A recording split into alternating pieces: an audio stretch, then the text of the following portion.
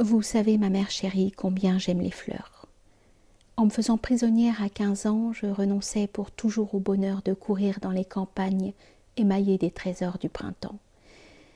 Eh bien, jamais je n'ai possédé plus de fleurs que depuis mon entrée au Carmel. Il est d'usage que les fiancés offrent souvent des bouquets à leurs fiancés.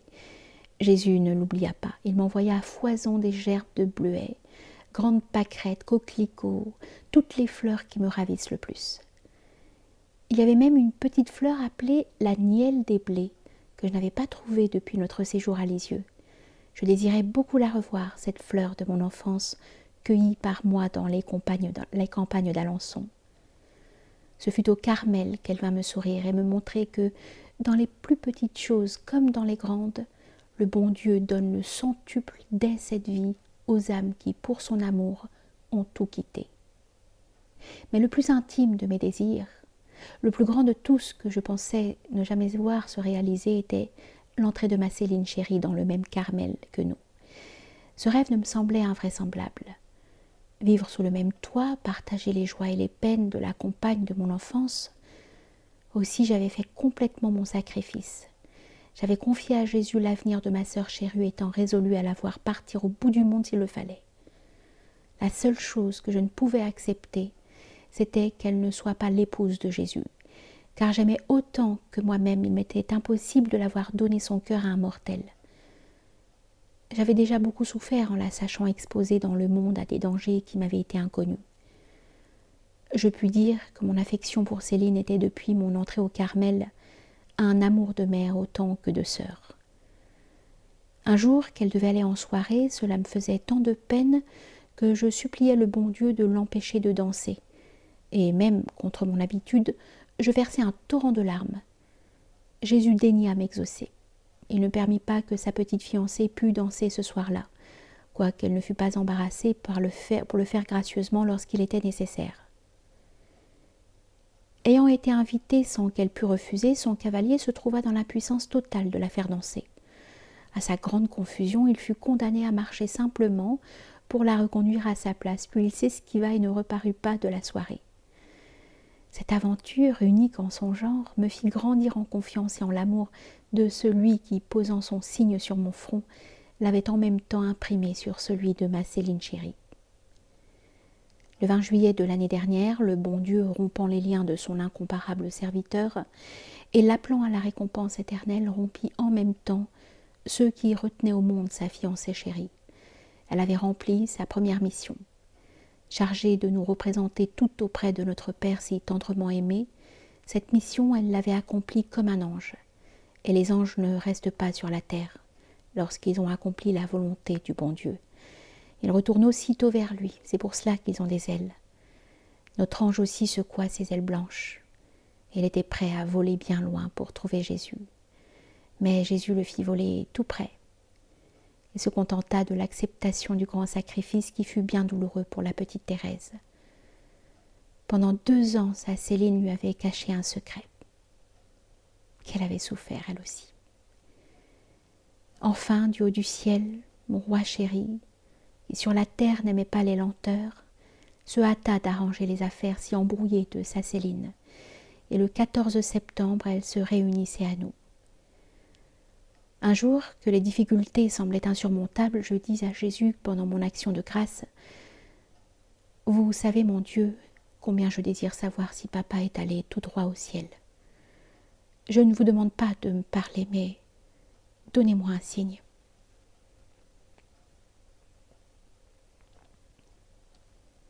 Si ma sœur aimée de Jésus consent à l'entrée de Céline, ou n'y met pas d'obstacle, ce sera la réponse que papa est allé tout droit avec vous.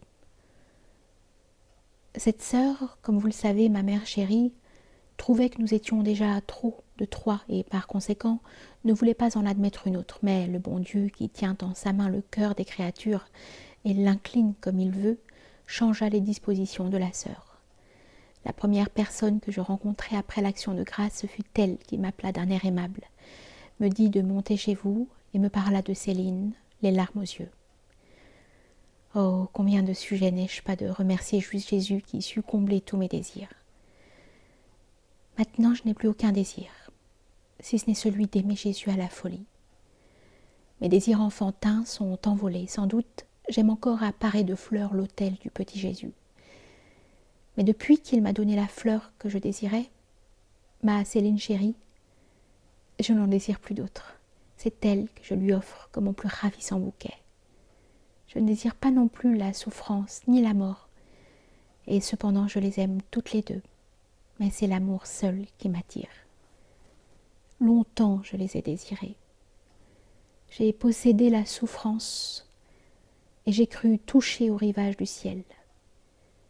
J'ai cru que la petite fleur serait cueillie en son printemps. Maintenant c'est l'abandon seul qui me guide. Je n'ai point d'autre boussole. Je ne puis plus rien demander avec ardeur, excepté l'accomplissement parfait de la volonté du bon Dieu sur mon âme, sans que les créatures puissent y mettre obstacle. Je puis dire ces paroles du cantique spirituel de notre Père Saint Jean de la Croix.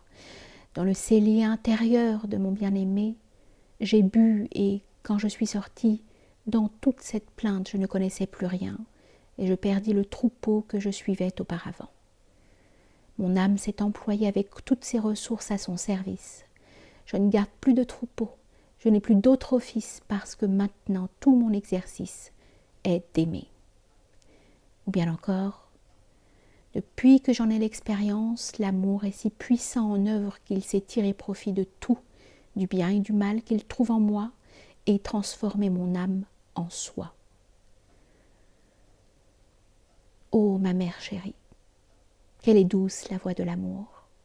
Sans doute on peut bien tomber, on peut commettre des infidélités, mais l'amour, sachant tirer profit de tout, a bien vite consumé tout ce qui peut déplaire à Jésus, ne laissant qu'une humble et profonde paix au fond du cœur. Ah, que de lumière n'ai-je pas puisé dans les œuvres de notre Père Saint Jean de la Croix. À l'âge de 17 et 18 ans, je n'avais pas d'autre nourriture spirituelle. Mais plus tard, tous les livres me laissèrent dans l'aridité, je suis encore dans cet état. Si j'ouvre un livre composé par un auteur spirituel, même le plus beau, le plus touchant, je sens aussitôt mon cœur se serrer, et je lis sans pour ainsi dire comprendre. Ou si je comprends, mon esprit s'arrête sans pouvoir méditer. Dans cette impuissance, l'écriture sainte et l'imitation viennent à mon secours. En elle, je trouve une nourriture solide et toute pure. Mais c'est par-dessus tout l'Évangile qui m'entretient pendant mes oraisons. En lui, je trouve tout ce qui est nécessaire à ma pauvre petite âme. J'y découvre toujours de nouvelles lumières, des sens cachés et mystérieux. Je comprends et je sais par expérience que le royaume de Dieu est au-dedans de nous. Jésus n'a point besoin de livres ni de docteurs pour instruire les âmes. Lui, le docteur des docteurs, il enseigne sans bruit de parole. Jamais je ne l'ai entendu parler, mais je sens qu'il est en moi à chaque instant. Il me guide et m'inspire ce que je dois dire ou faire. Je découvre juste au moment où j'en ai besoin des lumières que je n'avais encore vues. Ce n'est pas le plus souvent pendant mes oraisons qu'elles sont le plus abondantes. C'est plutôt au milieu des occupations de ma journée. Oh, ma mère chérie! Après tant de grâce, ne puis-je pas chanter avec le psalmiste que le Seigneur est bon, que sa miséricorde est éternelle? Il me semble que si toutes les créatures avaient les mêmes grâces que moi, le bon Dieu ne serait craint de personne, mais aimé jusqu'à la folie, et que par amour et non pas en tremblant, jamais aucune âme ne consentirait à lui faire de la peine. Je comprends cependant que toutes les âmes ne peuvent pas se ressembler. Il faut qu'il y en ait de différentes familles afin d'honorer spécialement chacune des perfections du bon Dieu. À moi, il a donné sa miséricorde infinie. C'est à travers elle que je contemple et adore les autres perfections divines. Alors toutes m'apparaissent rayonnantes d'amour. La justice même, et peut-être encore plus que tout autre, me semble revêtue d'amour. Quelle douce joie de penser que le bon Dieu est juste, c'est-à-dire qu'il tient compte de nos faiblesses, qu'il connaît parfaitement la fragilité de notre nature. De quoi donc aurais-je peur? Oh, le Dieu infiniment juste, qui daigna pardonner avec tant de bonté toutes les fautes de l'enfant prodigue, ne doit-il pas être juste aussi envers moi, qui suis toujours avec lui? Cette année, le 9 juin, fête de la Sainte Trinité, j'ai reçu la grâce de comprendre plus que jamais combien Jésus désire d'être aimé.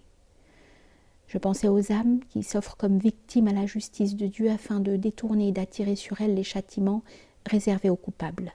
Cette offrande me semblait grande et généreuse, mais j'étais loin de me sentir portée à la faire. « Ô mon Dieu !» m'écriai-je au fond de mon cœur, « n'y aurait-il que votre justice qui recevra des âmes s'immolant aux victimes ? Votre amour miséricordieux n'en a-t-il pas besoin, lui aussi ? De toutes parts il est méconnu, rejeté.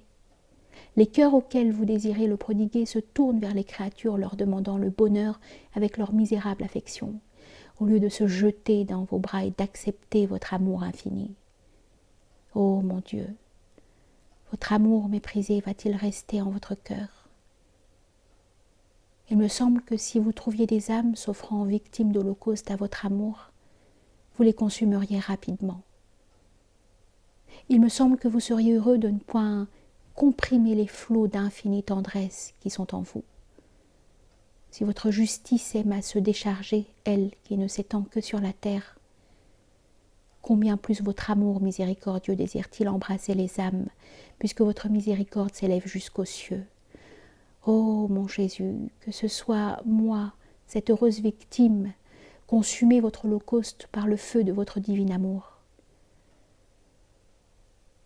Ma mère chérie, vous qui m'avez permis de m'offrir ainsi au bon Dieu, vous savez les fleuves, ou plutôt les océans de grâce qui sont venus inonder mon âme. Oh, depuis cet heureux jour, il me semble que l'amour me pénètre et m'environne.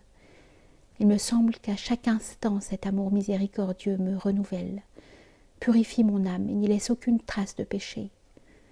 Aussi, je ne puis craindre le purgatoire. Je sais que par moi-même, je ne mériterai pas même d'entrer dans ce lieu d'expiation, puisque les âmes saintes peuvent celles y avoir accès, mais je sais aussi que le feu de l'amour est plus sanctifiant que celui du purgatoire. Je sais que Jésus ne peut désirer pour nous des souffrances inutiles, et qu'il ne m'inspirerait pas les désirs que je ressens, s'il ne voulait les combler. Oh, quelle est douce la voix de l'amour! Comme je veux m'appliquer à faire toujours avec le plus grand abandon la volonté du bon Dieu. Voilà, ma mère chérie, tout ce que je puis vous dire de la vie de votre petite Thérèse. Vous connaissez bien mieux par vous-même ce qu'elle est et ce que Jésus a fait pour elle. Aussi, vous me pardonnerez d'avoir beaucoup abrégé l'histoire de sa vie religieuse. Comment s'achèvera-t-elle, cette histoire d'une petite fleur blanche ? Peut-être la petite fleur sera-t-elle cueillie dans sa fraîcheur, ou bien transplantée sur d'autres rivages ? Je l'ignore. Mais ce dont je suis certaine, c'est que la miséricorde du bon Dieu l'accompagnera toujours. C'est que jamais elle ne cessera de bénir la mère chérie qu'il l'a donnée à Jésus. Éternellement, elle se réjouira d'être une des fleurs de sa couronne. Éternellement, elle chantera avec cette mère chérie le cantique toujours nouveau de l'amour.